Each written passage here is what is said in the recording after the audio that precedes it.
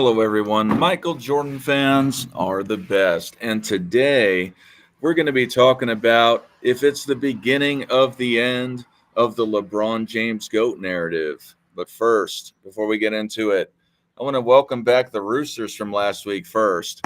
But before that, or after that, we got AOH here. How are you doing today, sir?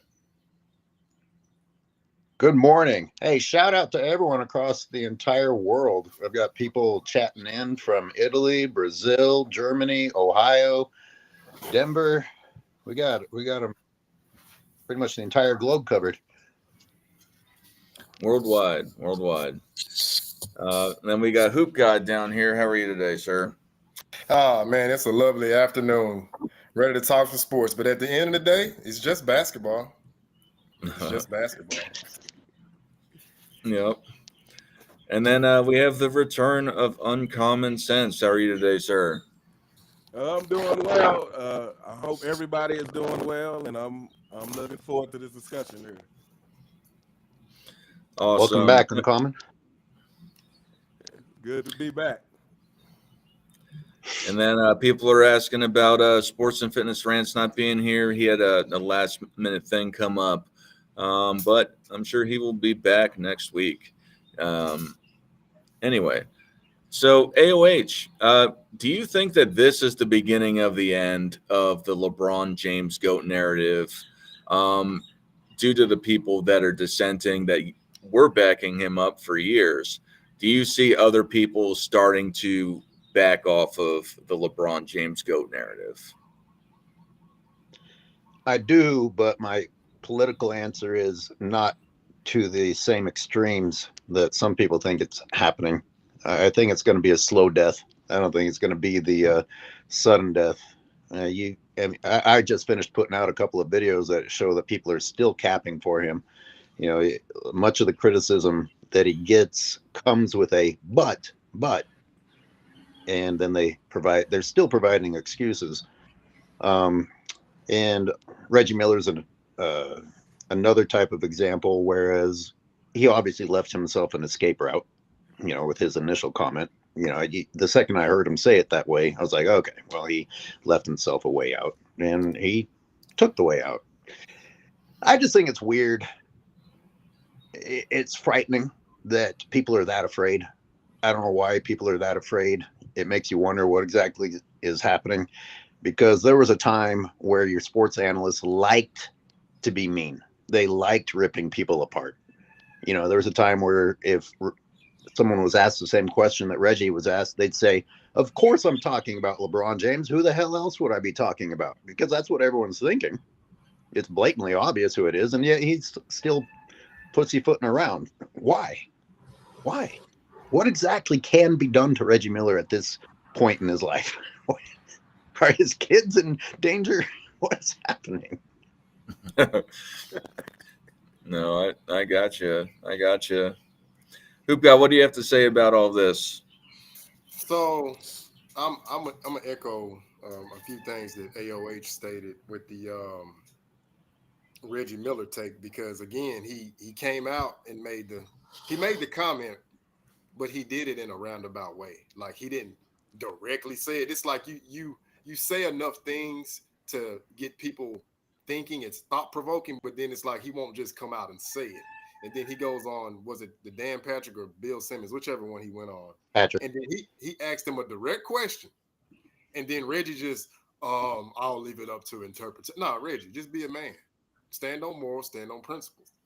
But this society that we live in, I think they look at it more so as, hey, let me just kind of say it without saying it.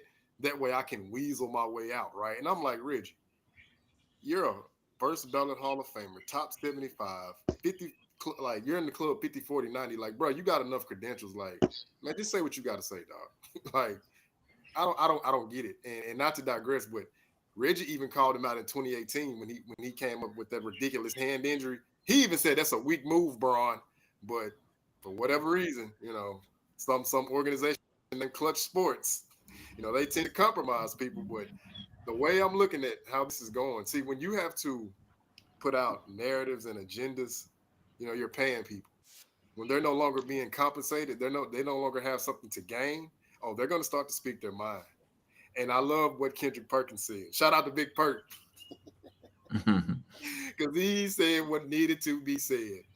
With all due respect, I'm sorry, but no, his son is just not ready for the league. And then it's like, why do you constantly have to bring LeBron into the conversation? He's not even in the playoffs. Like we don't want to hear about him. But no, somehow, some way, they have to continue to try to bring his name into the fold.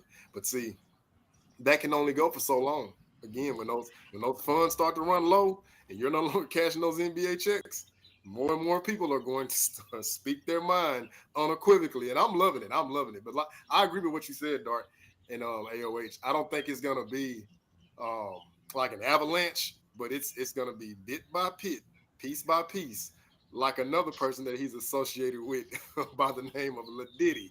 Bit by bit, piece by piece, they're going to start to give us more and more information. So to sum it up, yes, this really, I wouldn't even say this is the beginning of the end, because I believe it started last year. But yes, it's ultimately it's gonna crumble. Shout out to Uncommon, because that's one of his words. So, but that's all I got on that.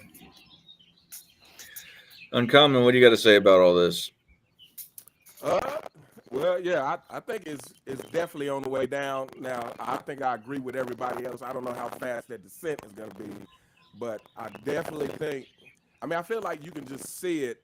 That number one is more and more people who are actually willing to say something. Now, whether they actually stand on it when they're confronted with it is one thing, but I think just the fact that more and more people will actually say anything negative about this guy, because I haven't heard this many people in such a short span actually say anything negative about this guy. I mean, to me, this guy always has an excuse. And, we always talk about LeBron and the excuses, but it's really LeBron and the media. Like, the media assists him with these excuses. So the fact that you're seeing more and more people come out, like I did the video on Rashad McCants.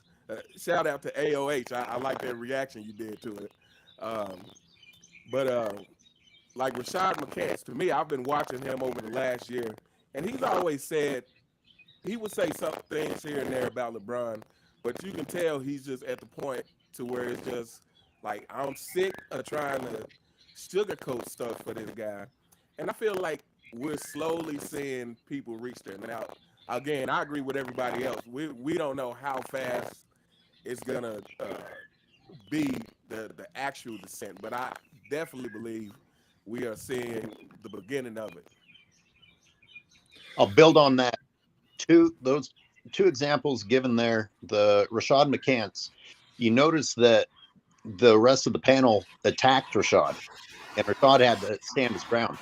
So that's evidence that people are still ready to cap for LeBron James. He actually had to stand his ground as they tried to make excuses for him. And Perk, man, it hurts me to give Perkins credit, but not only did he call out the Bronny James thing, but the panel there started to try and go the other direction and say, oh, no, you're being too harsh. And Perk was like, no. And Perk said what we always say, like, why you guys got to start talking about fatherhood? Well, that has nothing to do with what we're talking about. And, these ESPN analysts did the same thing that LeBron fans do. Like, oh, he's a great father. He's supporting his son. And Perkins like, what the hell does that have to do with whether or not he's ready to enter the NBA? So shit, there I was. I just complimented Big Perk. But my point is that this is in the middle of people still fighting for LeBron. So it's not going to be an easy death. Yeah, to what all y'all are saying, I don't think it's going to be he's beheaded in respect to these next couple of years where people will just stop saying it. I do think that it's going to progressively get there. They're going to start getting more critical. And what was said right now about Big Perk talking about Bronny, and I've seen some stuff for the video game heads in there. He was saying that he wanted to have a 81 on the 2K game, which is laughable because, I mean, they didn't even start on his college team. So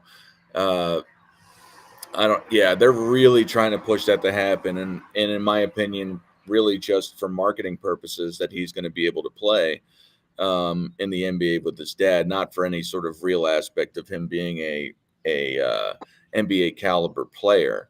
Or that's from the outside looking in, that it does not seem that he's going to be an NBA caliber player if he were to go into the league this year. Um, and I'm just curious about some of the more. I mean, not that Big Perk isn't a diehard guy, and he was talking about, oh well, he's ruining his GOAT case by continuing to play. So that's another thing that he started talking about, little on the Bronny stuff. And I'm just curious about who's going to follow suit next. Anyways, do you think that Nick Wright will ever get off of that horse? Do you think he's going to be one of those diehard LeBron guys until he dies? I mean, that's pretty much his career. But then again, it was kind of Perk's career. So, but no, I can't picture that. I mean, Nick reacted violently to Reggie Miller. Hey, for any Bay Area people listening, I'll throw out another example. There's some dipshit named Damon Bruce who is on Bay Area sports radio broadcasting, and I'm about to release a video annihilating him this week. But he was talking about wanting LeBron to come to the Warriors, and his co-host was like, no, we don't want LeBron here. And the dude called LeBron a current top 10 in the NBA. A Bay Area sports analyst called LeBron a current top 10 in the NBA, and that he would trade away the Warriors' assets for LeBron in a heartbeat. So, he's one of the most hated people in the world in the Bay Area, and you've got a Bay Area dude capping for him. So there's some evidence that it's going to be a long road ahead. If you ever see Damon Bruce on the street, Bay Area people. Who got what do you got to say? Do you think that Nick Wright will ever stop defending LeBron or claiming that he's the GOAT? Well, as long as Nick Wright is cashing those checks, no, he won't stop. And then he actually what is the word I'm looking for? Did he implicate himself on his show? He said that I vaguely spoke with Rich Paul. I'm like, wait a minute, you're a sports analyst. Why are you vaguely speaking with LeBron's agent? Like, what? So you just told off on yourself. And the reason why I'm saying this, because Nick Wright is another one. Before he started getting those clutch checks, he didn't have LeBron up there. He actually said KD was the greatest player of all time. And he had Kobe and Jordan over LeBron. But I noticed when those clutch checks started coming in, his whole speech, his whole model, like everything changed. All of a sudden, LeBron passed Michael Jordan in 2016 with 3 less championships and 5 more finals losses. I'm like, wait, in what world is that even possible? But, they have to say what they have to say to stay on code. But no, whenever those clutch checks stop rolling in, he'll change his tune up. Now, I don't know what day that'll be, but no, you can tell these dudes are bought and paid for it, because when they're saying these things, you can just look at their face and tell, like, you don't even believe what you're saying. Like, you're saying this because you're being forced to say it. And it's just, it's so utterly ridiculous. And I'm just like, at this point, these dudes are just completely see-through. But it's like, they put him on this pedestal. He doesn't even come within 2/3 of the pedestal. We call out the nonsense. We're haters. Yeah. But no, to answer the question, to sum it up, nah, when those clutch checks, when they stop rolling in, he'll change his tune up. Uncommon, you think Nick Wright's going to ever change his face on this topic? If he does, it'll be like 20 years from now. I think Nick Wright is capable of changing if someone else like LeBron came along who was willing to sign checks to push the narrative, which hopefully won't happen. Hopefully LeBron, once he's out, hopefully another star won't come along who's signing checks to push that narrative. But Nick Wright, to me, he is the number one. Him and Shannon Sharp and some of these other people, I think either they've been lying so long that they believe it, or they've been lying so long that, they couldn't really change their tune without looking completely ridiculous for the last decade or more of what they've been preaching on the air. So Nick Wright is, like I said, unless someone comes along who's willing to sign a bigger check, I don't think we're going to see it. And if we do, it'll be like 20, 30 years from now, once there's been several new faces of the league, and I think once LeBron James has been exposed to the point to where you would actually have to be ridiculous to still be believing the same things that he's saying now, we might see it, like I said, 20, 30 years from now. Yeah, for me with the Nick Wright thing, it depends. I'm really kind of torn on what's going to happen to mainstream media, because you have some of these newer guys, the Nick Wrights of the world, the JJ Redicks, the Perkins. Some of them I don't think, and this might just be me being biased, I don't think they're going to last super long in mainstream media, especially guys like Kendrick Perkins, who takes about 15 minutes to say a sentence. But just to the point of it is that I think that I don't know if they're even going to last that long, if they're going to keep pushing it and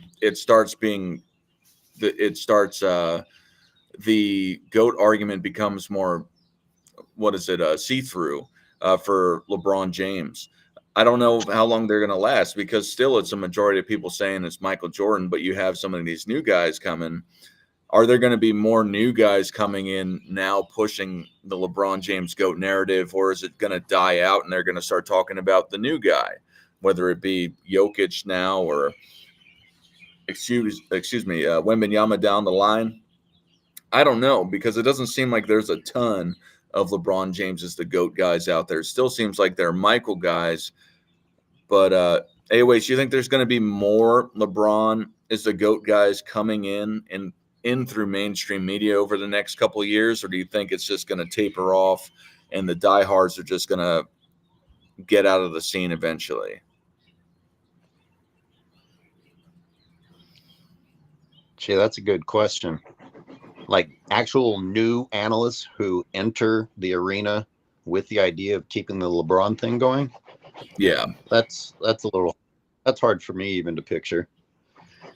I can see people pushing the longevity argument harder, like trying to legitimize the longevity argument and the stats harder. But I think the other exposure we're seeing is that people just like seeing harder battles being fought.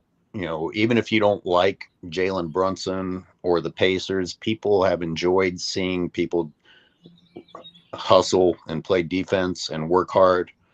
And it's just another shout back to when the NBA was more enjoyable to watch. And I see people with their hands up in the air, and LeBron people will be like, see, sorry, we have a massive delay here. Yeah, I don't know if it's me or you, but I see for me, you're lagging a little bit. What were you saying? You said LeBron fans have their hands up in the air? No, LeBron fans will point out current players who complain, have their hands up, flop. And while that might be true, I would still say that LeBron James paved the way for that. And until people clearly call LeBron out for it, and these young guys hear him getting called out for it, they might continue to think that that's a tactic to use in basketball. Yeah. What do you got to say about that, Hoop God? I'm going to get off the Wi-Fi and see if that helps. All right. Hey, Dart, hold on. I had a call come in. Can you repeat the question? Do you think that there's going to be new mainstream sports media analysts or reporters that start pushing the LeBron James GOAT narrative, guys that are just coming in now? Or do you think that it's still going to, or the new guys are going to push Michael Jordan, Or what's your or what do you think about that? Do you think it's just going to die off with no newcomers coming in, or do you think there's going to be newcomers coming in pushing the LeBron is the GOAT narrative? So seeing how the media, what I can say, how consistent they are when it comes to starting to build up the new guy or guys. No, he's already on the backside now, and you can see that it's starting to disseminate because y'all gotta understand when LeBron was on the come up, they were trying to build him up, but the problem was each time they tried to build him up, he would like immensely let them down. And I'm saying that because again, in 2011, they were saying, "Oh, can LeBron finally get over the hump and can he pull off the three-peat?" Because again, he built his own team. But that 2011 meltdown, I mean, that right there alone already has 60% of the population convinced, like, no, you're never going to pass Michael Jordan. Now, when you got the other guys who attempt to make an excuse and try to get around it, right? That was their little glimmer of hope. But then you got the 2014 series. Oh, well, he went up against 4 Hall of Famers. Well, Tim Duncan was 37 and Manu was 35. Tony Parker was the only All-Star, ironically. The Miami Heat had 4 All-Stars, but yeah, I mean, I don't, you know. Then he goes back to Cleveland. They try to build him up again. He goes up 2-1 on the Warriors. Comes up short. I mean, Kyrie, Kevin Love, whatever that case is. I'm like, it's amazing how you go up 2-1 without Kyrie and Kevin Love, but against the same team, you go down 1-3. I mean, I don't. That's just backwards. But anywho, that was the one that they tried to build him up on. Okay, you led in all 5 major statistical categories, but when we go back and watch that series in real time, you could not make one shot within the last 5 minutes, and then we see you noticeably signaling for Kyrie to take the shot at the timeout. Well, no, anybody who watches basketball, just getting away from the stats, just the love of the game and the moments and the situations, you're not going to find Michael Jordan doing that. You're not going to find Kobe Bryant saying, "Yeah, get a ball to Shaq." No, they're going to be like, "No, if I don't take this shot, then I'm going to create an easier shot for my teammates, but I'm not going to be over here signaling, virtue signaling for somebody else." See, we all see that. We can't unsee that. And now that we got these other guys on the come up, in which I love it because that's a part of the media that I favor, is when they do find a new guy or guys, they'll start to slowly, incrementally build them up. Nikola Jokic, Ant-Man, Victor Wembanyama. I can't think. It's a couple of more that just don't memory right now. But those are the main guys. And of course, don't let me forget Shai Gilgeous-Alexander, because again, you have to start to build the new guys because you don't want to have the same person over and over and over again. Because again, what's going to happen? You're going to start losing ratings. And I think ESPN sees that. But you have the ones who are paid off by LeBron, so they're trying their best to keep him in that argument. But the problem is the words and actions aren't matching up. So it's like, damn, every time we try to put this guy up here, he lets us down. So they're going to slowly start to just pull away from him. And then you're going to see that they're going to, again, incrementally start to beat the other people up. Now, Shannon Sharp, I believe he'll be the loudest voice trying to pound the table for LeBron, but eventually he'll get drowned out because, again, we're going to have another champion this year. So we're going to say, okay, this guy has not won a legitimate championship since 2016. Why is he always a talking point? No. Let's get away from him. We got to start to get Giannis and Jokic and whoever wins the chip this year, all these other guys. And then you got to include the Steph Curry factor. This guy matched you in rings in less time with less coaches on one team. And then in 2022, he led that team all the way to the championship without a top 75 teammate. With the teammate that you traded, ironically, Andrew Wiggins. So it's going to be like, wait a minute. This guy's not giving us ratings because we got other guys that need to be built up. So they're gonna have to get away from him if they want to keep the ratings going. If they want to keep their marketing, their viewership, because again, when you keep talking about somebody for so long, you're just going to people are going to just start to turn away. And the reason why I'm saying that, like, look at the YouTube now. you got just about any and everybody making their own content. Why? Because they're getting sick of the mainstream media. It's the same person over and over. Nobody wants to hear that. So sum it up, yeah, it's gonna come to an end. The only reason that he's getting the clicks and all this is because now he's got another scenario like the decision and when he went back to Cleveland. Oh, is LeBron gonna resign? Or yeah, and that's another thing. Not, I want to mention that too. He's trying to siphon off his son. He's trying to siphon off the energy of his son so to keep his name relevant. Why? Because if they talk about Bronny, then by osmosis you have to talk about who? His father. So I'm seeing how he's moving, but again, every time he tries to be a puppeteer, it fails. Because again, Bronny, the veteran expert said he's not NBA ready. And these are two veterans with years of experience. They went down every metric, every ability, and they were like, he's a poor man's Drew Holiday or Eric Bledsoe, whichever one they named. And it's like, bro, you about to play yourself. Like you trying so desperate to get your son into the league because what he wants that lasting image similar to Michael Jordan going out against Utah and Kobe Bryant winning the fifth chip, even though when he hit the 60 against Utah when he retired. But no, LeBron wants his lasting image is to what? I got to play with my son. That's his last glimmer of hope for a GOAT debate. But it's like your GOAT debate is fraudulent. It's bought and paid for. And you can't convince people who know better. But I mean, hey, if you want to try it, go ahead. But using your son, I mean, I just feel like that's like the absolute lowest move you could utilize. So, and to sum it up again, no, he's gonna use his son to stay relevant, but that's not even gonna. I hate to say it, but the same media that he's using to build him up, they're gonna tear him down when they ultimately see that he's just not an NBA level ready player. So, but I can't wait for it because I have my popcorn ready. There's a super chat that came in from Will D. He says this is for all of you. I think it's probably going to AOH though, or how it's written at least.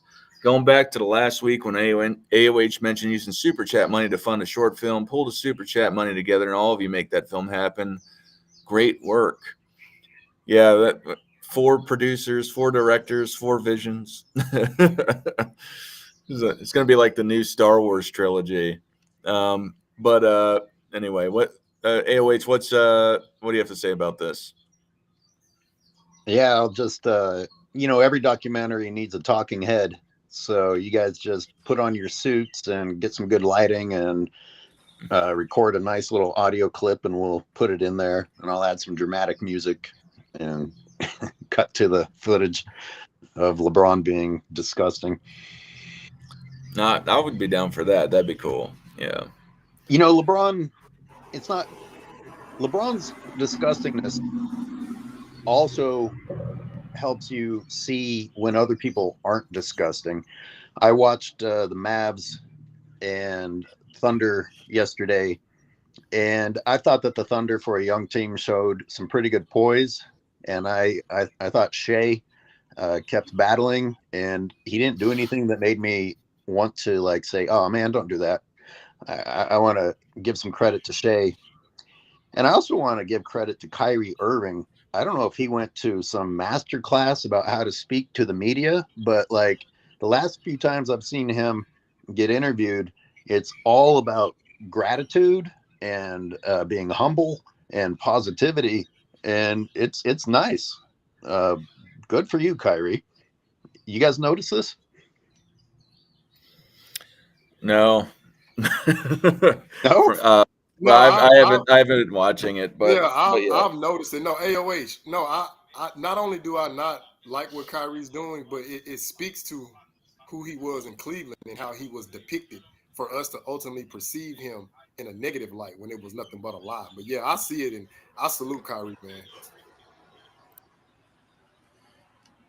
Uncommon.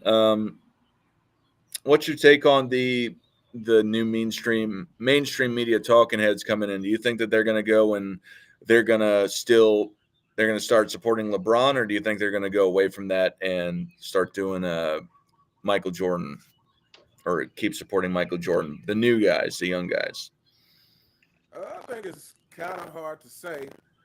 I think for business sake, I would have to say that they're probably going to let that LeBron narrative go just for the simple fact that, I mean, in 20 years of trying to push that narrative, he hasn't successfully replaced Michael Jordan as the GOAT. And I think one thing that's interesting, if you look at the players who they compare to LeBron James, and you look at the players, like the minute a new exciting player comes in who has some competitive drive, he still immediately gets compared to Michael Jordan.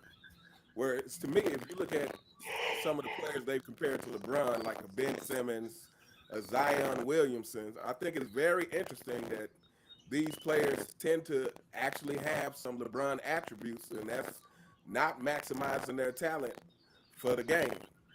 And so, for the sake of for the sake of making money, I think the NBA is going to continue to go with the product that's actually going to make them the most money. And hold on, I'm seeing some people. Is my mic crunchy over to you? It still is. Yeah. Okay. It sounded good at first, and then as soon as you got when we got on the show, it sounded bad again. Let me try something.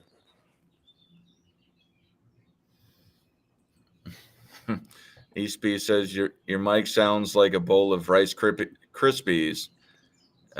Snap, crackle, pop. It happens. But yeah, it's still static. Okay, I'm gonna get off here for a second and try to make some changes. Okay. Somebody says, "Dart, wake up." But yeah, we can hear you, but it's just not perfect. There's static and stuff. But yeah, take the blanket off the phone. So just some of these comments are kind of funny. But yeah, with all that said, AOH, what do you find is the most entertaining thing about?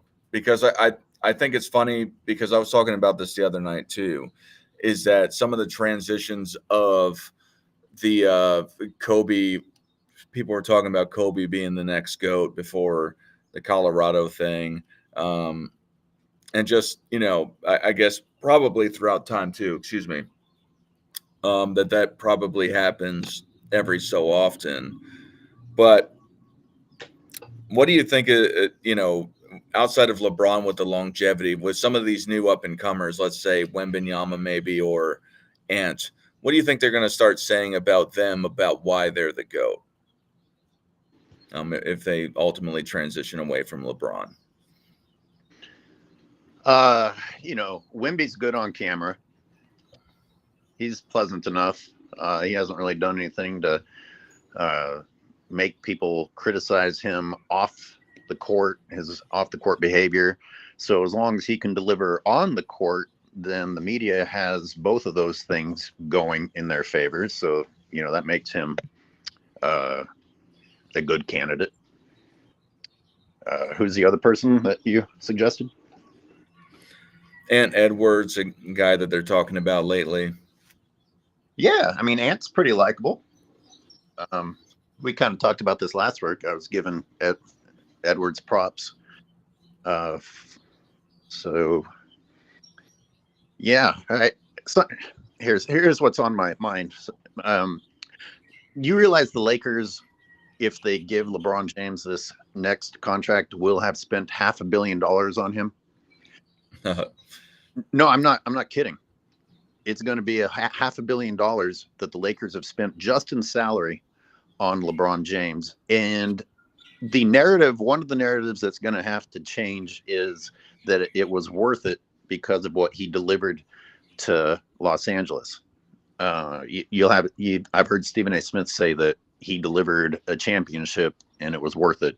Or you hear people say that he makes them relevant and therefore it's worth it. I mean, these things are both ridiculous. Any team that gives away as many draft picks and spends as much money as the Lakers have could have gotten the championship with a different player. And you heard Rick Bucher actually point out that LeBron James is only good because of what he made. If more people actually acknowledge that not only was that bubble ring not legit in the first place, but LeBron James really didn't have very much to do with it other than being along for the ride and costing the Lakers a lot of money. And then the next several years, I think that's going to, if people acknowledge that, that's going to hurt LeBron James badly. What do you real fast? Michael Watts gave AOH a super chat, but after that, Hoop God, if you want to go and you want to address what AOH had said about all of that, he says to AOH for $2, is it Adam Silver changing the LeBron narrative? Like, did he cause this? Do you think that? Yeah. Do you think Adam Silver is trying, or he's pushing for the LeBron narrative to change? Oh, like going forward, will Adam Silver push the other direction? I guess I don't understand the question. Will Like Adam? a new, Will yeah. Adam? Well, a new guy. Yeah. Oh, I guess so.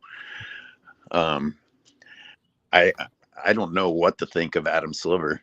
I mean, he's weird. He's like a bad parent that doesn't know how to discipline children. This NBA is just run amok. But when it's time to move on, he's still a businessman. I don't think.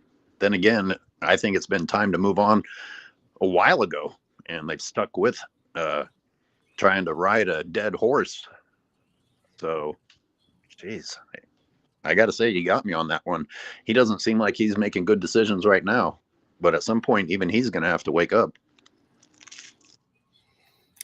Absolutely.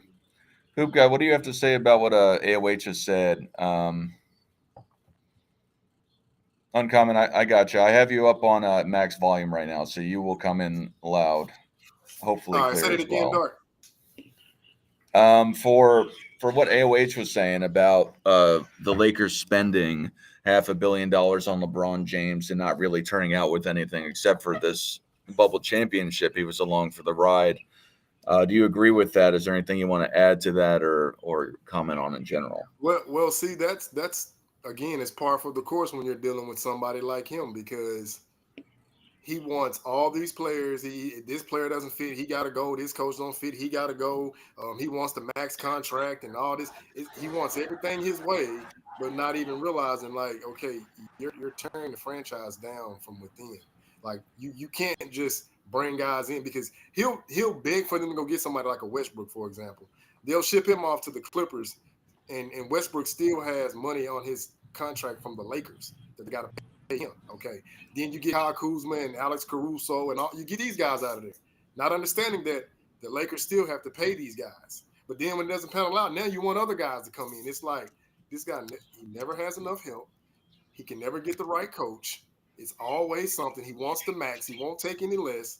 But then ultimately, when the shit hits the fan, well, it's just basketball. At the end of the day, it's just who does that? I mean, anybody with, I would say, the remote level of common sense, how could you support a guy or even be in favor of a guy who conducts himself like that? Like you're pretty much hijacking the Lakers' salary, but you don't want to acknowledge it. You want to put the blame on Rob Pelinka. I'm like, it's amazing how the universe works. When he doesn't play, they beat the Bucks and they beat the Celtics.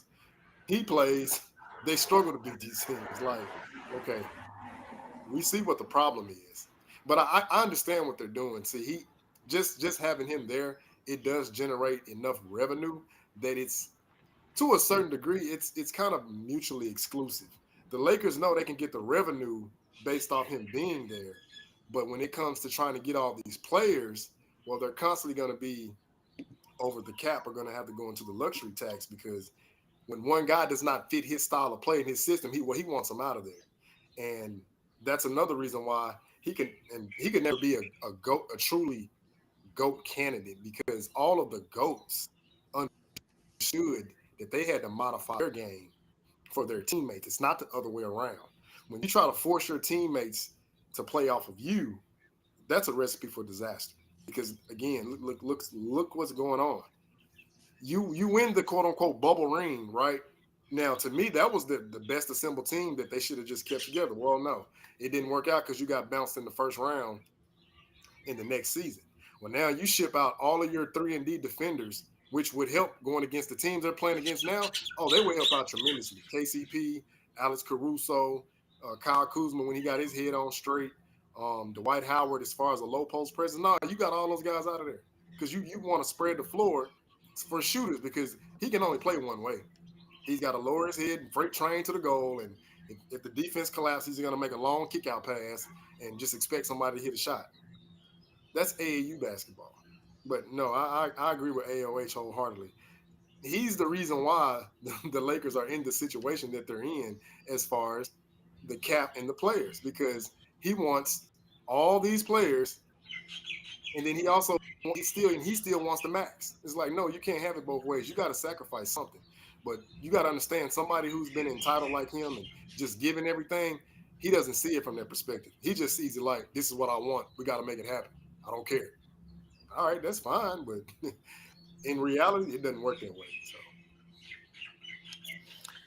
So. Uncommon, I don't know if you've tried to do a mic check. If you have, could not hear you. You hear us, Uncommon? All right, I think he's – all right, let's see. We got another super chat that came in from Hakan Carlson. I do not know that currency, but without – and I don't know who it's to. I just know it's not to me. Without the narrative, LeBron would have done better. Honest critique, and he might have done something about it without the excuses. Thoughts? Do you want to start with that? Or actually, I'll start with that. I guess we'll just go around the horn with it. Yeah, I think if he was able to receive criticism better, then especially with his game, I think it could have improved over time. I'm not saying it hadn't in any way, but drastically changing, not integrating a great mid-range game or post game is something that definitely would have benefited him over time. I just feel like he leaned a lot on what he was good at first, and then really just didn't change much when he had the opportunity to over his career. Not to say he didn't get better at all, but just not drastically with a new skill set. Nothing new, I guess, or drastically new. What do you have to say, AOH? That is exactly why I find myself sort of cheering against Shea and Anthony Edwards, because I'm thinking, not yet. Don't give it to them yet. I don't want their development to be damaged by success too early, which is kind of like not giving them credit to have the personality to develop their game anyway, even if they did win. But after seeing LeBron James, that's that he didn't necessarily deserve. I want to see character built in today's players that we're hopeful for. I would hate to see these guys that we are ready to watch in the next several years go down the LeBron path and just have too much success too soon and not continue to develop themselves. Can you hear me now? Yes. Okay. And So it's not, okay. I don't hear static. Okay. Good. But yeah, Uncommon. What do you think about this LeBron thing in the for the super chat right here? Let me read it again.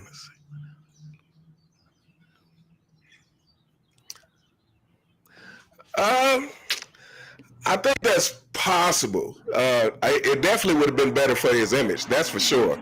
If it would have made him a better player, I'm not sure. Just because, again, LeBron was kind of ruined right from the very beginning.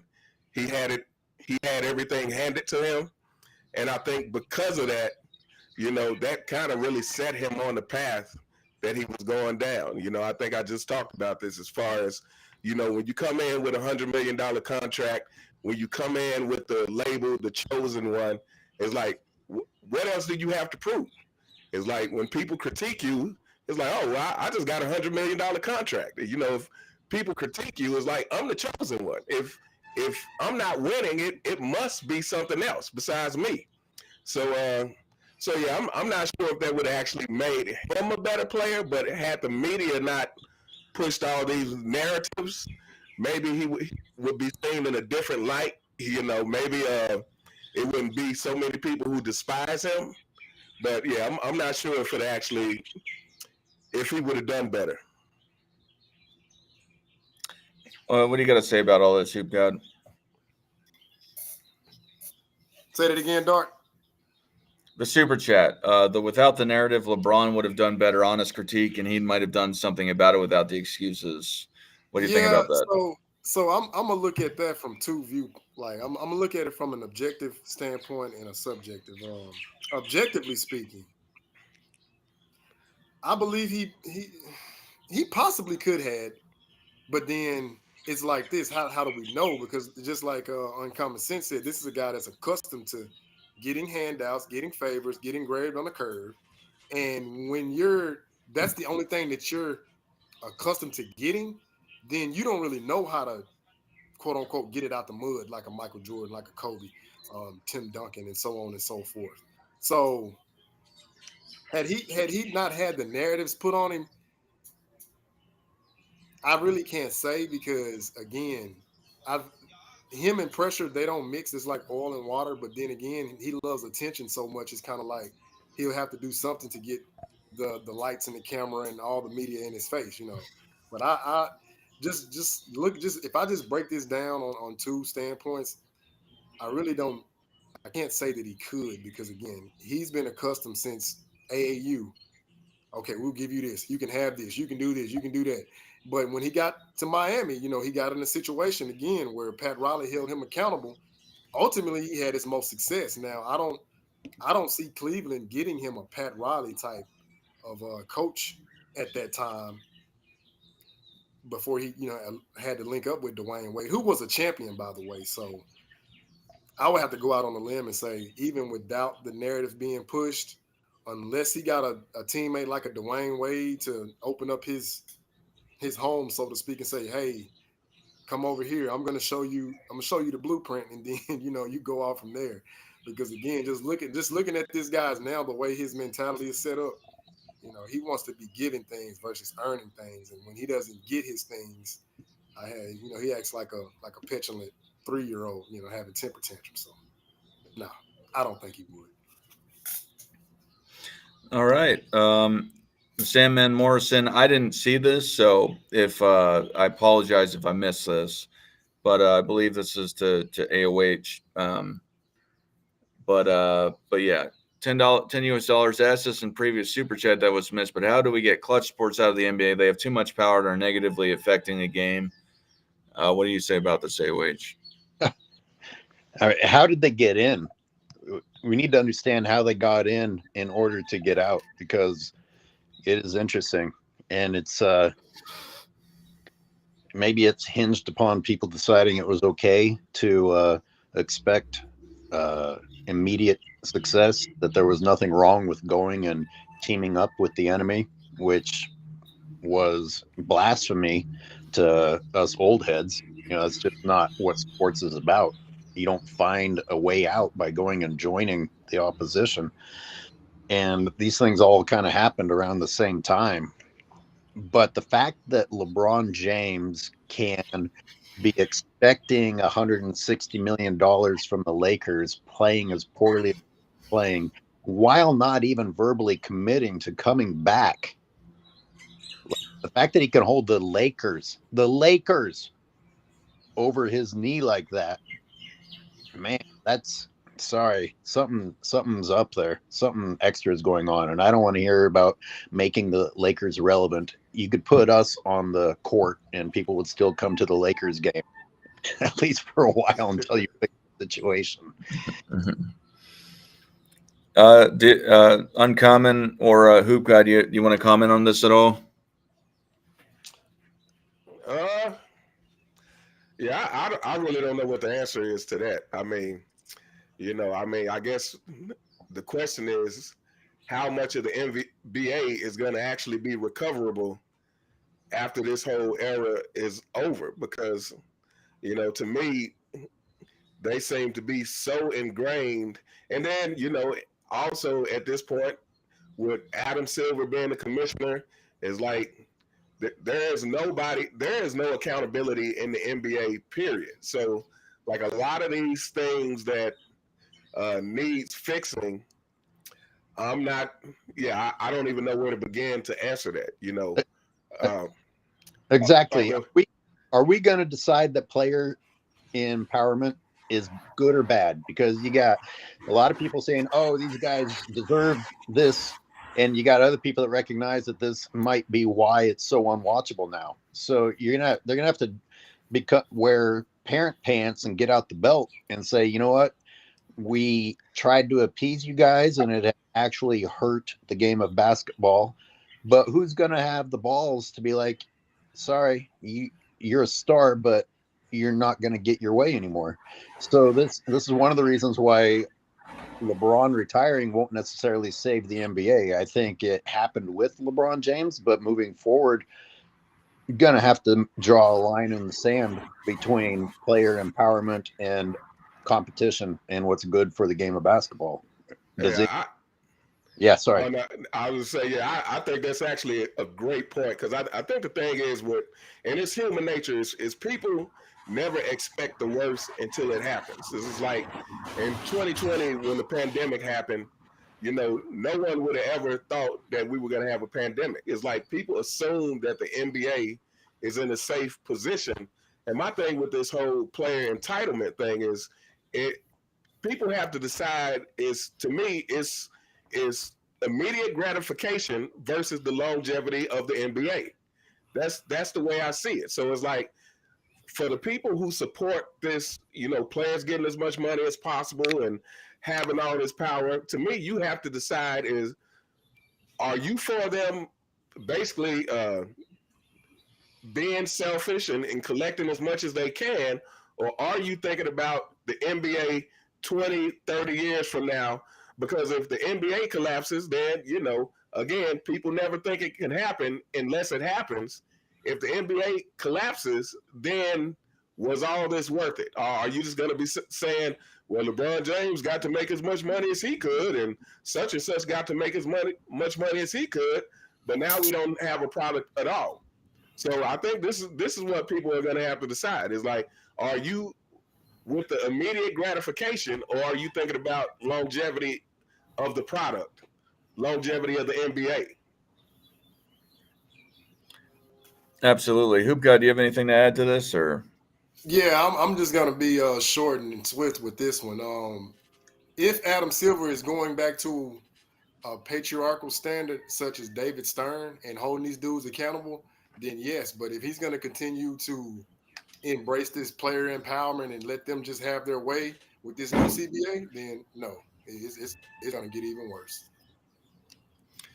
Yeah, I think the whole thing with this too is that Clutch Sports in itself is kind of in a way like the Legion of Doom for the NBA. It seems like they're just conspiring to go and get over on everybody. And then talking about the player empowerment, I do think that there has to be a fine line of getting what you're worth versus just cheesing around. Especially with the you could tell that with the All-Star game is that they're not really playing. Even looking through the regular season games, it seems like they're really just going through the motions to the playoffs. So whatever that fine line is, I think it should be they should toe that, or they should be on that line. We got another super chat that came in for Uncommon. It says, I would hate to see the new talent corrupted by Clutch Sports by having them not to train and develop their skill. $5 US. What do you have to say about that, Uncommon? Well, I feel like anything touched by Clutch Sports is essentially corrupted. But I think it says something that I thought I heard that Anthony Edwards was with Clutch Sports and he left. So I just think it's interesting that a player who is actually competitive, you know, left Clutch Sports, because to me, Clutch Sports isn't about competition. Clutch Sports is actually about excuses and narratives. So, and I've said this, to me, with every new exciting player that comes into the NBA, like this is what you have to worry about. You have to worry about is the culture of the NBA going to eventually rub off on them in a few years. Like I said, a lot like Giannis. You know, I was a Giannis fan, but like the last few years, it seemed like he's kind of taken on this more LeBron like attitude than he had in previous years. So I think that is always the worry, is that will his new talent be affected by the current culture of the NBA, which is heavily influenced by Clutch Sports. Absolutely. I got a super chat from Fido So Fly for $4.99. How many points would MJ have if he went to the NBA from high school and didn't retire twice? So I think him going to college was really good for him. I think that helped develop a lot of his skill sets. I think that he was around the right coach, the right teammates, to help develop his skill to get to the next level. Because his first year in the NBA, he scored the most points for an individual player in the NBA that year. I don't think he would have done that coming straight out of high school. I think him coming from high school may have changed the entire trajectory of his career. Now, to the second part of that question, if he didn't retire twice, definitely a lot more. I don't think there's a real answer to that because he may have gotten injured. He may have had a less productive season. The teams might have changed, even more, just the team dynamics. There's so many variables to it. But in short, he would have scored a lot more, yeah. But I think the high school thing, that might have affected his totals if he had done the whole thing and didn't retire twice. I don't know if that would have been a good thing for him. What do y'all think about that? Do you think if Michael came straight out of high school, he would have had the same career? I'm gonna say no, only because he needed to go to UNC and how to actually play within that team structure and develop his skills. Now, in high school, I think he was a great athlete, but he still hadn't had that proper coaching, as far as being on that collegiate level. And I think when you skip that hurdle, let's look at all the guys who came out of high school and look how long it took for them to ultimately start to become winners. I mean, look at LeBron, for example. It took him, 9 years? Kevin Garnett, he came out of high school, phenomenal talent, but he didn't start winning until he got to Boston, and that was 2007. He got drafted in 95, so that's 12, 13 years. Kobe Bryant, now he won early, but a lot of people forget Kobe was coming off the bench for his first 3 seasons behind Eddie Jones and Nick Van Exel. I don't know about Moses Malone per se. I would have to go look him up, but I know he didn't win his first chip until he got to Philly. So just that whole coming out of high school, I understand why. I mean, if you have the ability and the talent, but I really believe that if you don't even get that 1 year of college, it kind of marginalizes like your like developmental process. Because prime example, look at Dwayne Wade. 4 years at Marquette, gets to the league, boom, 3rd year he's a champion. Then we can look at Tim Duncan. 4 years in college, boom, gets to the NBA, 2nd year, champion. Look at Magic Johnson, 2 years in college, gets to the NBA, 1st year, rookie, champion. Look at Larry Bird, 2 years of college, gets to the NBA, 2nd year, champion. So just looking at the previous guys, I believe when you skip that collegiate aspect, it's like you're not allowing yourself to develop. It's like you can't just jump on and just start riding a bike. You got to have training wheels. Once you learn the training wheels, take the training wheels off, now you can ride the bike. But that's just my take on it. All right. Do either of you have anything to add? I need some coffee. This is one thing that I made a mistake of this morning, is not being prepared with caffeine. We don't have Robin, who is our human coffee. Yeah. Energy. I'll answer that differently. Would would him not going to college have changed his approach to the game? Because I don't remember ever being concerned about how many points Michael Jordan had until they made a big deal out of LeBron James having a lot of points. Having the most points wasn't ever Michael Jordan's goal. And there's something that's been on my mind. I'm trying to figure out how to put this into a video in the best way. LeBron fans will sometimes like to point out Jordan getting swept by the Celtics to counter the fact that LeBron has gotten swept. Of course, one was in the finals, the others were in the first round, which I don't think are comparable in the first place. But does this mean that Michael Jordan would have a better argument if he had just not even made the playoffs and not had to go through facing the Celtics? Like, so now you guys can't say that he got swept, but he wouldn't have been Michael Jordan. It's the fact that he wanted to compete against the odds that made people like him. Don't give a shit what his point total is. It's the fact that he wasn't afraid of the challenge. Absolutely. Uncommon, you have anything to add? Yeah, I mean, I totally agree. I think what LeBron fans just really, and I'm starting to realize that these guys just really don't have any concept for overcoming anything.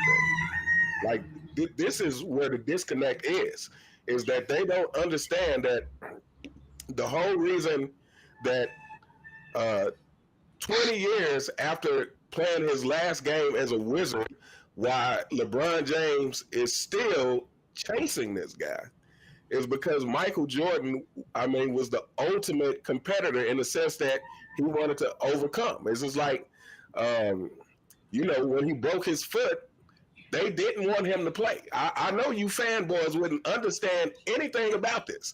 Like, he broke his foot. They did not want him to play. And, you know, again, the whole story about the doctor saying it's a 10% chance that he could mess up his foot and never play again, and him being adamant about playing, like him sneaking away from the NBA, going back to college to play, to run games and whatnot. You know, just the fact that he was so hell-bent on playing anyway and competing against a team that he was severely overmatched against, to me, that is what makes Michael Jordan. That is why 20 years later, he's still seen as the GOAT. And this is why LeBron James has needed narratives to try to even enter the conversation. Because let's make no mistake, the only reason that LeBron James is in the conversation has nothing to do with basketball. It has everything to do with the narratives being pushed. Absolutely. I've seen people commenting about my Roosters again. They will be making their last appearance next week before I move again for the 1 millionth time in my life. But yeah, no, that's me with the Roosters. But yeah, AOH, you said you had to get going, or?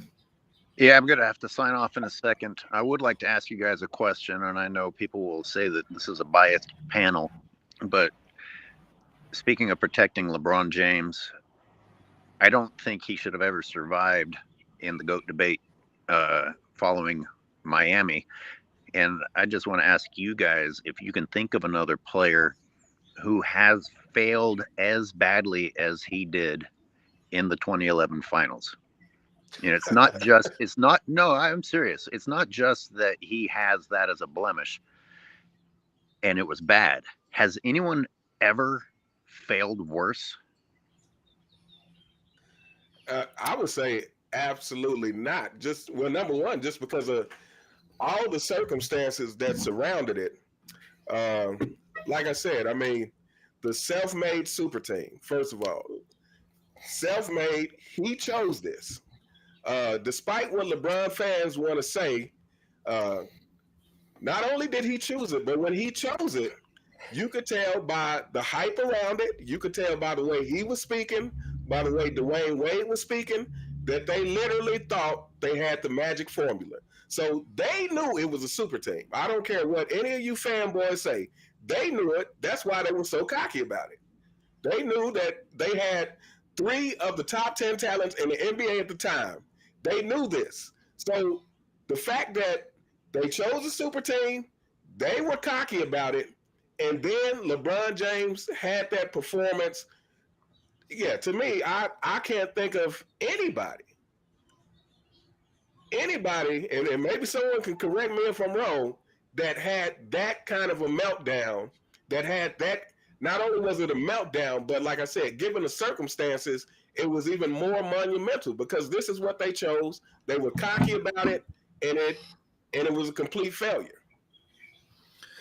Yeah. So for me, because I recently had a debate with somebody, LeBron James versus Magic Johnson, and one of the things that they always say about Magic Johnson is that he couldn't play defense, and they say that LeBron James could. I want to know if LeBron James, and I think they both are good help defenders, and that's where most of their stats came from on paper, or just from the eye test. But I want to understand, if LeBron was such a great defender, how did he let Jason Terry cook him so bad? Um, let alone just his statistical output. You're talking about him failing and just the meltdown. His statistical output went so down as well. So it's terrible. As a meltdown in whole, yeah, I would say that's probably number one. I mean, you can look at other years where people lost when they should have won. You could say that the Spurs, even against the Heat, that they melted down, or amongst others, the Lakers of the 60s versus the Celtics about 8 times. But just to the point of it is that no, I don't think there's anything bigger. And then people are saying the tragic Johnson. I still think it's got to be the LeBron series with the Mavs. What about you, Hoop God?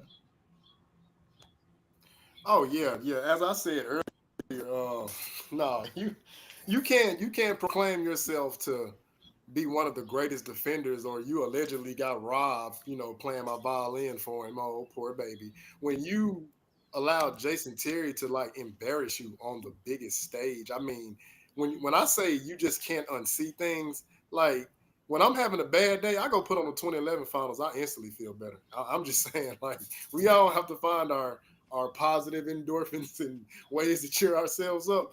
And I'm looking at that like, wait a minute.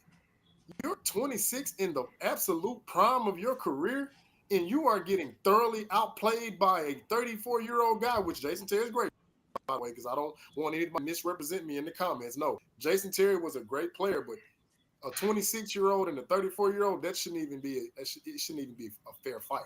And I mean for the 26-year-old. But that clearly showed that his mental prime was still underdeveloped, because he was just getting beat off simple, like, basketball maneuvers where, bro, you can't stop this guy. But you just switched off on Derrick Rose in the 2011 playoffs in what, game 3 or game 4. And I mean, if I'm not mistaken, I don't know, you guys may have seen something I ain't seen, but is Derrick Rose not more of a phenomenal athlete than Jason Terry? Was he not the MVP? I mean, that's something you just can't unsee. So no, that performance alone put the death nail in his whole defensive campaign. And there's multiple series, like, I don't even have to go through all that, like, where he was supposed to be this guy that can guard 1 through 5, but at every point and every turn that he's supposed to do it, he got thoroughly embarrassed. So no, that 2011 did it for me. All right, gentlemen, thank you so much, and thanks everyone who tuned in. AOH is out. Have a good one. Take it easy, bro. Hey, have a good one, man. All right, we'll take a couple calls, and then yeah, we'll get this thing turned down. But I'm dropping the link for anybody that wants to join. I would it's easier to come onto my my channel to go and access the link, or otherwise you can copy paste it if you're on somebody else's channel. I'm on Michael Jordan Fans Are the Best, and if you like my channel, please subscribe on the way in, as Uncommon Sense would say. So we got a super chat though as well. I'm going to drop the link right now. But we have a super chat from Many Styles Records. I believe it's to Uncommon. He says, why do people ignore the 2014 Spurs beating the Heat? They choked in that one too, but media totally ignores that season, and the season of 2018 he quit. What do you have to say about that, Uncommon? Oh, well, I mean, I think it's the media ignores a lot about LeBron James. But, to me, I think that's just an example of the thing that we talk about. And actually, I actually kind of wanted to address the whole LeBron James being a good defender thing. To me, LeBron James is not a good defender. LeBron James has had good defensive plays, but a lot of people talk about him not being a good on-ball defender, but he's a good help defender. No, he's not either. I was watching some old Chicago games the other day, and when you watch Michael Jordan on the court, not only is he locked on his man, but you can tell he's like looking around the court, waiting to help out the weaker players on his team. With LeBron James, he is not really a great help defender. He has made some good steals, and whatnot. He has made some blocks, but LeBron James is never fully engaged enough to be a great defender at all times, because defense, to me, takes more effort than anything else, arguably. LeBron James does not have that focus. He doesn't have that competitive drive to actually be a great defender. I think LeBron James as a defender has been overhyped, and I think a lot of times the whole 2014 series gets overlooked because LeBron James has so many other things that you could talk about that are flaws to his resume. But yeah, I think that's a good point. Absolutely. We got Phil backstage. Let's bring him on if it'll go. I can't wait till I get my computer. Phil, welcome, Phil. How are you today? I'm doing all right, guys. You got a question for the panel or a comment? Um, Kind of, you could say that. The one thing that I actually watched the program that you did with Coach James Kingdom, and it was just fascinating that he was just it. Okay, my thing is a lot of LeBron James fans who thinks he's the GOAT use stats to try to prove that. LeBron has a lot of stats. They become what I call statisticians. And when you have a finals record as poor as LeBron has, you have to become a statistician and use all these stats to try to prove that he's better. But when it boils down to it, I just don't see um, that will to win, that competitiveness that is greater than what MJ had. Because they'll say that stats don't tell the whole story, which they don't, because you can't really measure somebody's will to win, the effort they put in day by day. Now, I'm not saying that LeBron, doesn't put in any effort, but what I will say is that there was no way in hell that his will to win, his killer instinct was more than what MJ had. There's just no way. And you can prove that by just looking up how many stories former players had of him of him just proving them wrong. They could talk trash to him, and he'll come and talk the talk and walk the walk, and he'll annihilate you. They call him the Black Cat for a reason. They call him Black Jesus for a reason. I don't. What nicknames do players have for LeBron James? I mean, it's not. I mean, in my mind, it's not really close. LeBron is a great player, but it just blows my mind when people, or I don't want to say bronzexuals, but I guess that's what they call them, when they try to use stats. And I mean, they have all the stats. I mean, on top of the other. But when it comes down to that will to win, I'm taking MJ all day, every day in a one-on-one and in a 7-game series. It doesn't matter because, as LeBron James has proven, 2011. I mean, we can even go back to that Boston series the year before that. They were up 2-1. They had 66 victories. I mean, 60 win teams back to back, and he didn't have no help. He didn't have nothing. How do you win 60 games? Oh well, it's because of LeBron James they won 60 games. Okay, it's because they won 60 games with LeBron James, but they can't win the NBA. They can't win the championship because of LeBron. That makes no sense to me. Or what it tells me is, was the competition that bad that him by himself won 60 games back to back years in Cleveland before he went to Miami. But when it boils down to it, in my opinion, it just you just give me all the stats. As he was saying, I was listening to him, King James Kingdom. LeBron James has a plus minus of this. LeBron James is greater than this. LeBron James is a 3 point. LeBron James has two dicks instead of one. Michael Jordan only has one dick. I mean, come on, seriously. When it comes down to it, you look inside of LeBron's heart, you look inside of Jordan's heart, you're going to see that dog, somebody that was cut from his high school team to overcome that and use that sheer fire inside of him to become the greatest, to be better than his peers. There was no question that he was the best player during his time. With LeBron James, you could argue Steph Curry, you could argue Kobe Bryant. He didn't win more championships than none of those guys that was in his era. And he Yeah. wasn't unquestionable. I mean, you could say he was the best player, but it wasn't without question. You had others as well that were almost basically on his level.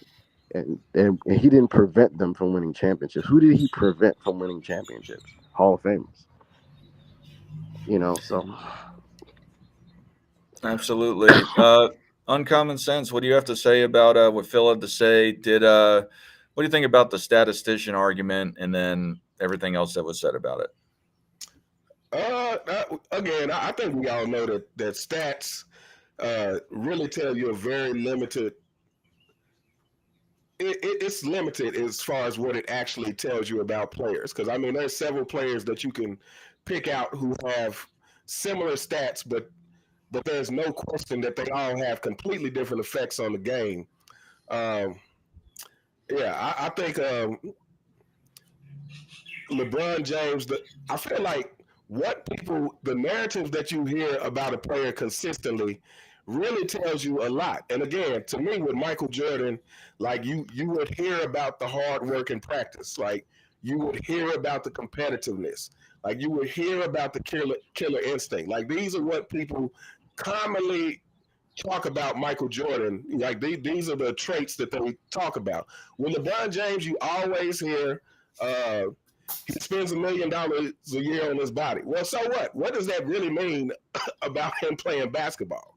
You never hear the constant, LeBron James is this competitive in practice, or LeBron James, you never hear about these competitive kind of traits to describe LeBron James. So to me, that really tells you everything you need to know about LeBron James, is the fact that aside from that you hear about the multitude of players that seem to beat this guy in one-on-one, for someone who's supposed to be bigger, stronger, and faster. So I think the things that you constantly hear about a player, from the inside. Again, LeBron James, we never constantly hear about stories of his competitiveness. We never constantly hear stories about his work ethic outside of him keeping himself in shape, which is, sounds like it could be some alternative means to him doing that as well. But with Michael Jordan, we always heard about the competitiveness. We always heard about the killer instinct.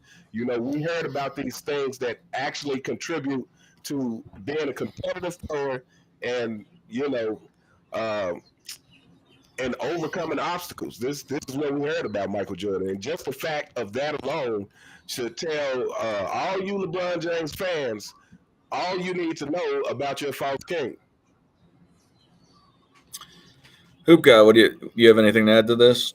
Yeah, I like that term that he used, the statisticians. I call them the IT guys, because they have some type of number sequence to justify why he lost this finals and how come he didn't do. I'm like, this, and I get to this point, right?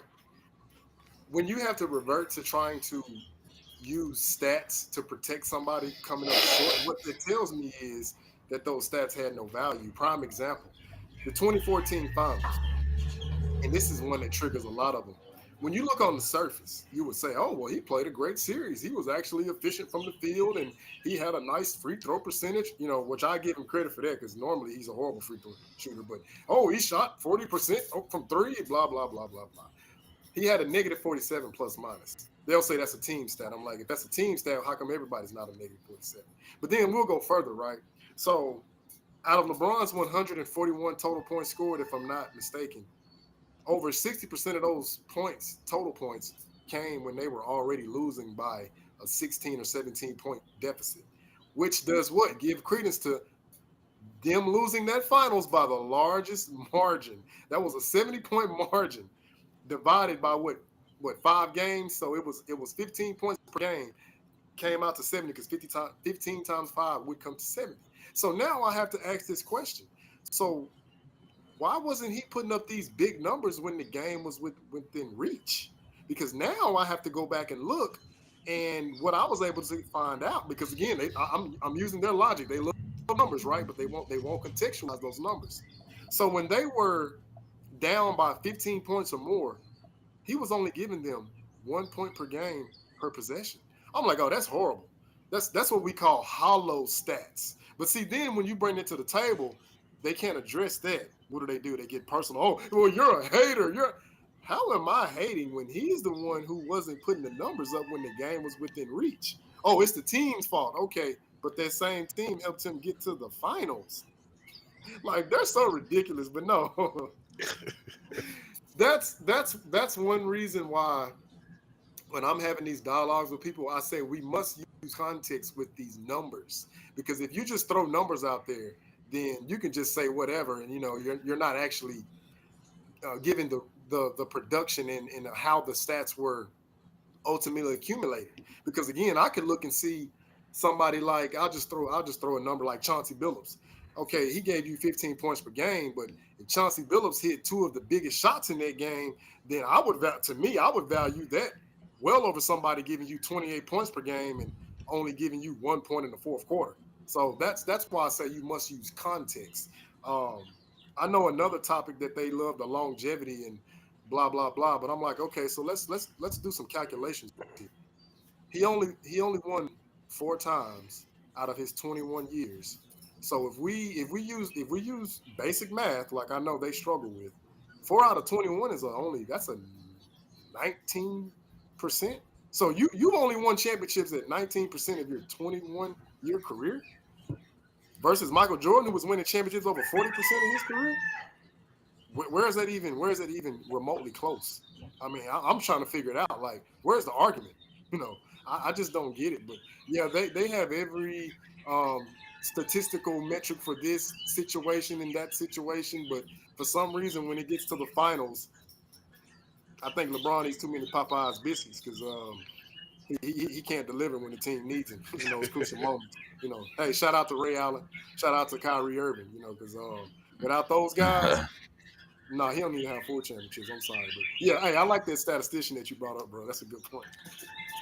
Well, and that's the thing is it kills me, and Travis will come on here. The T Perfect guy will come on here fairly regularly, and it's whatever anyone's opinion is, that's fine. But it's not just him. I know it's them too. They talk about all these stats, and then they'll go and they'll especially the advanced stats. And if you look at some of these advanced stats, there's so many contradictions when you'll say that LeBron was a great defender, but Magic Johnson wasn't. Or Jokic isn't a great defender, but he's got one of the best defensive metrics of all time. It doesn't make any sense to me. And then when you use these just raw stats, it doesn't account for the changes of pace over time or the rules or the equipment. None of that stuff is accounted for when you just say, oh, he had whatever sort of stat that makes him the GOAT, whatever argument somebody wants to make. It's just something I find laughable when people just don't account for that. They just, to the word that you use, statistician, anyone can just read numbers off a piece of paper. It doesn't make you, talk basketball any better by just reading PER is high or whatever. You're taking somebody else's value system that they've created this formula with, and then using that as your marketing metric for why somebody's the GOAT. I don't think that's wise, in my opinion, to do that, because you could just say that it's essentially you just agree with Hollinger or whoever made PR or whoever made all these other advanced stats. Essentially, you just believe you're just taking Hollinger's case that somebody's the GOAT or the most efficient or the whatever rating. But yeah, thank you for calling in, Phil. Since you brought it up, how bad do you think that they lost when they came on that debate? You there, Phil? Yeah, I'm here. Um, I forgot what his name is. He usually wears the baseball cap. Uh, he was on that debate, but I thought he did an excellent job shutting them down. But if Sports and I was fitness. there, Yeah. yeah, yeah, that's what I'm talking. But if I was there, it would just be a simple, just a simple question: game for your life. Who you picking, MJ or LeBron? Who's going to get the best out of their teammates as far as sheer will, um, and what I call a reverential fear? It's like, man, I don't want to let this guy down. This guy has the heart of a champion. To me, you know, I would rather, Jordan was more of a leader of men to me. Than now he might have did it, you know, today. I don't think players would have been able to handle playing with Michael because what he required, a lot of them don't really do because when you're in the league where they have to force you to play 65 games, I mean, it's ridiculous, man. Because why does the league have to force players to play 65 games? How pampered have they gotten? How spoiled have they gotten? It's gotten to this point, and I was watching Hugh B. Brown. He used to have videos. I think he had a video where he talked about the changing of the how the rules of the game changed and what Michael had to play through. And a lot of LeBron fans try to debunk that, but when you look at what Jordan had to go through as far as hand checking and getting beat up in the lane, they have documentaries about it, about the Pistons. It was just a tougher route, a tougher um, time in the 80s, 70s, 80s, and 90s. It was a lot harder to go in the lane. Um, you there was things that you could do that you really can't do now because the players are just extremely sensitive. It's all about them. They're just a bunch of divas, and it really annoys me. And I think that's why a lot of people are, you know, appreciating a young Anthony Edwards because he's a guy that really doesn't back down from accountability or back down from any other player, and he really believes that he's the best. And I could appreciate that, And the last thing that I'll contribute to this is I just don't understand why Clutch Sports paying people in the media is not a bigger story than what it is. And I think they put that PED story to, swept it under the rug also. Why aren't these things being brought up a little bit more, especially with the Clutch Sports? Because there's a video of I think it was, yeah, Joy Taylor exposing Shannon Sharp right in front of his face on the show, saying, "Hey, I know why you're taking this stance. That check is pretty." I forgot what she said, but I'm pretty sure you guys have seen it. I'm trying to figure out why that's not a bigger story, than it actually is. All right. Well, thank you for calling, Phil. I Thank you. appreciate you calling in. Yep. Thank you. Yep. Yep. Have a great day. There's a super chat for Uncommon.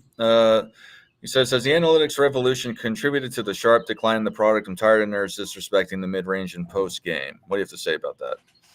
I think absolutely. To me, the whole analytics thing is probably one of the worst things that happen in sports, just for the simple fact that to me, it gets players overthinking the game.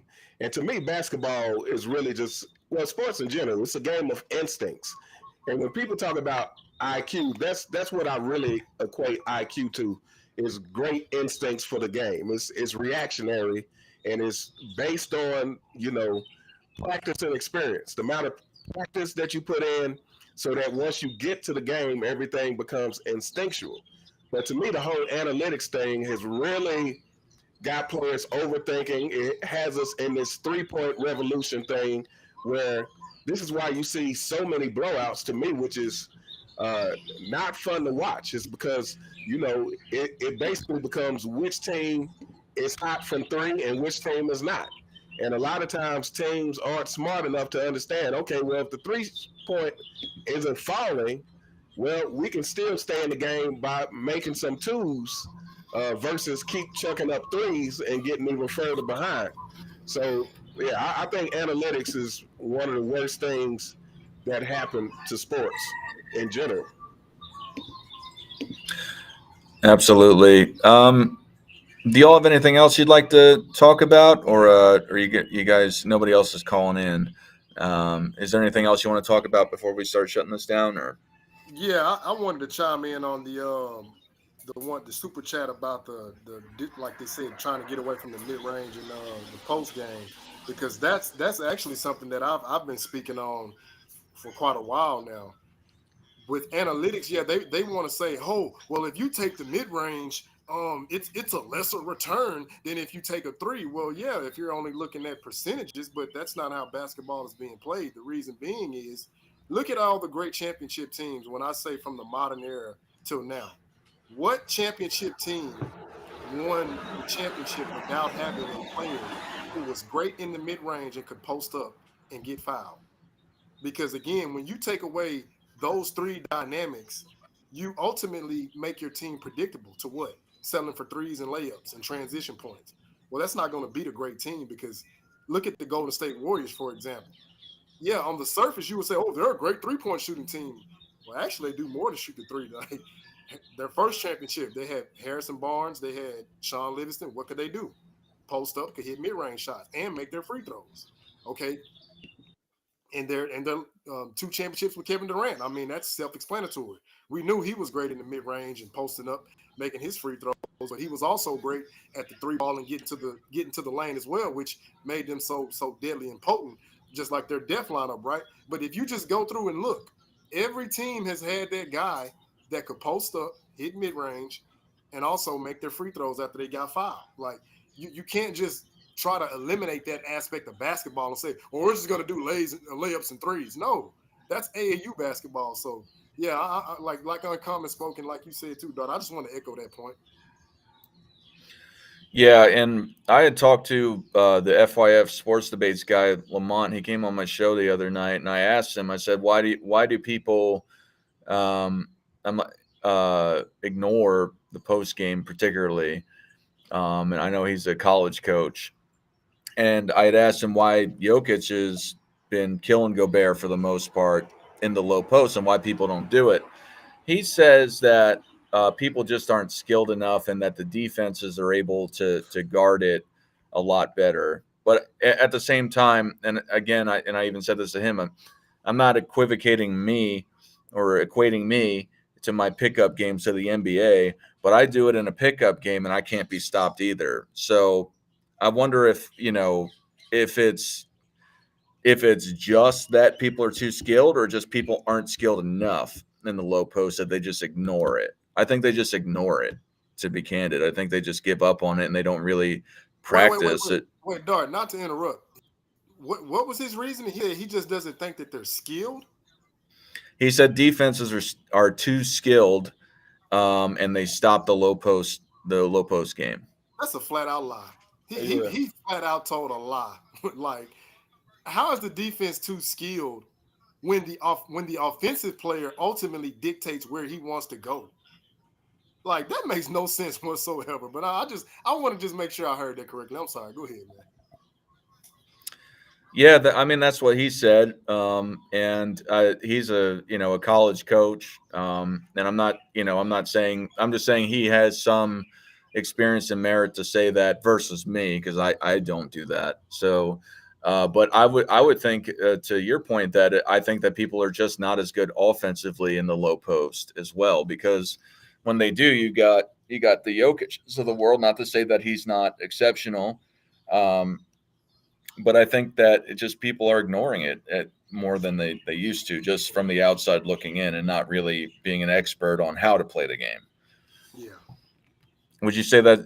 What's your take on that, Uncommon? Why aren't people doing it? Well, I mean, I think it's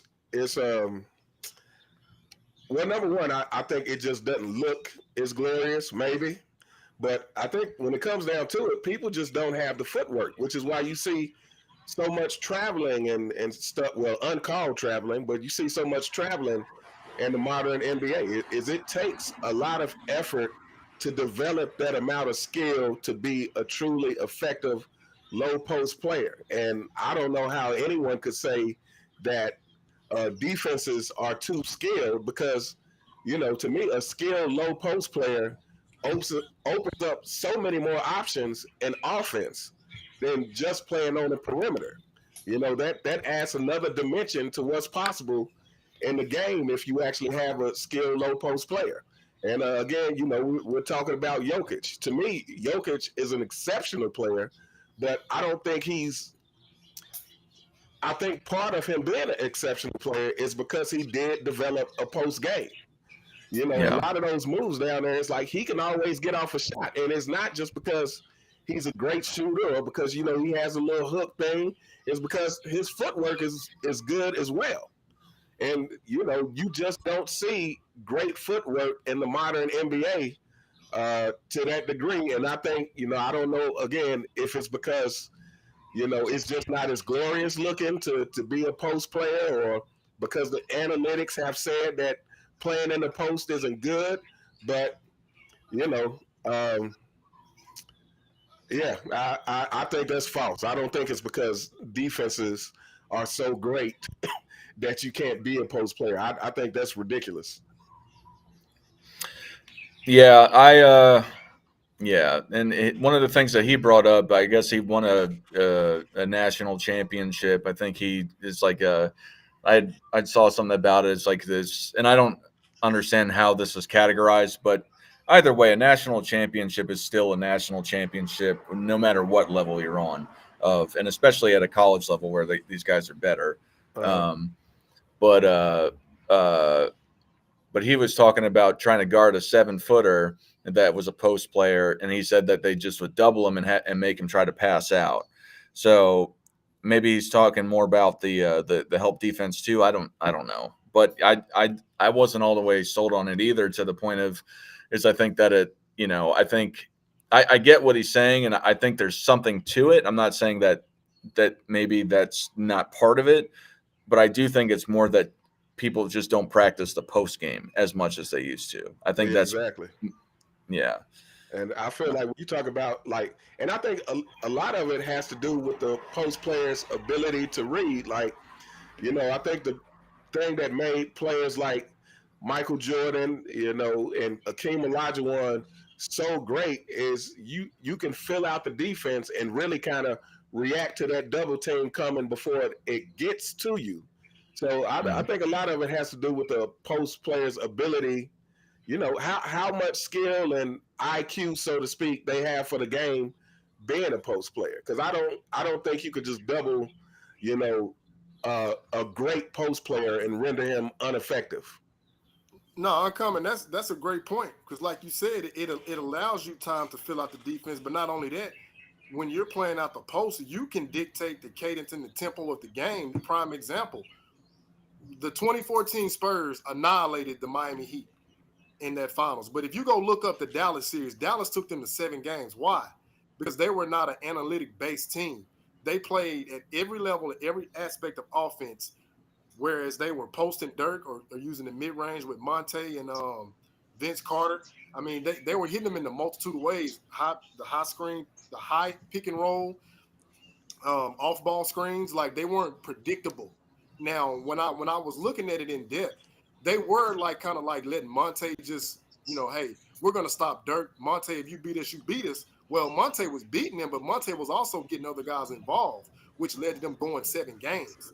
And that's the point. When they went against the Miami Heat, they totally disrespected LeBron's jump shot. Do I got an echo? Yeah, I think it's Jacob here. Oh, okay. But yeah, they were like totally disrespecting his jump shot. And I think Ray Allen would try to come off those down screens. They would completely take him out of the game and then throw the ball back to LeBron, and LeBron would just settle for an ill-advised jump shot or try to drive in into the teeth of the defense, which ultimately that's what they want you to do. Like he refused to play in the post like he was doing in 2013, which also led to them getting annihilated. So no, that whole they're not as skilled. No, that's a lie. That's nothing but an unbiased opinion, because when you practice the post game and you actually utilize it, you can ultimately control the pace of the game, and it keeps the defense honest as well. Jacob, welcome. Did you have a question or a comment? There's also a massive echo. Do you have a question or comment for us?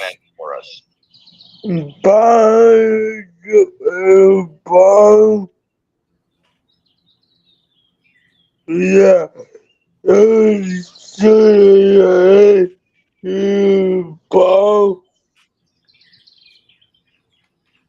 Okay. No, I'm sorry, man. I can't understand you, but I appreciate you calling. Thank you for calling in, okay? Hey.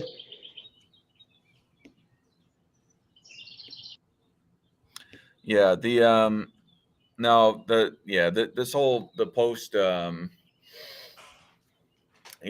whole post game, it's something that I appreciated too, and especially playing that way when I play pickup games is it just kills me when I'll be playing pickup with these kids and they act like I'm some sort of monster because I can do a hook shot and I can pass out of a double teamer from the high post, and it just kills me. They called me I played for the first time in forever the other day, and they said I'm sorry, I was reading some of the comments. It's kind of jacking me up here. They called me Jokic, and then another kid said no, he's better than Jokic. It's no, I can just shoot a hook shot and pass the ball. It just kills me that these kids think that having a hook shot in some moderately okay low post game is, amazing. And when it was relatively commonplace 20 years ago. But yeah. But okay. Y'all have anything else you want to talk about, or you good to get out of here? Yeah, that's pretty much that's all I got for this segment. I got some yard work I got to do. Yeah, I think I'm good. All right, Uncommon, you have any last words for the people? Same as always. Keep supporting the channels that's giving honest takes and giving the real about these fake narratives that continue to be propagated. And looking forward to seeing everybody next time. Absolutely. Hoop Guy, you got anything for everybody?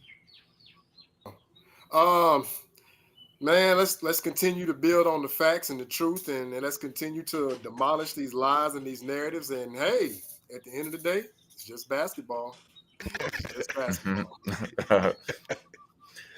Yep, I want to thank you all for coming. And just to remind everybody, this is the last day to sign up for the MJFB Summer Debate League.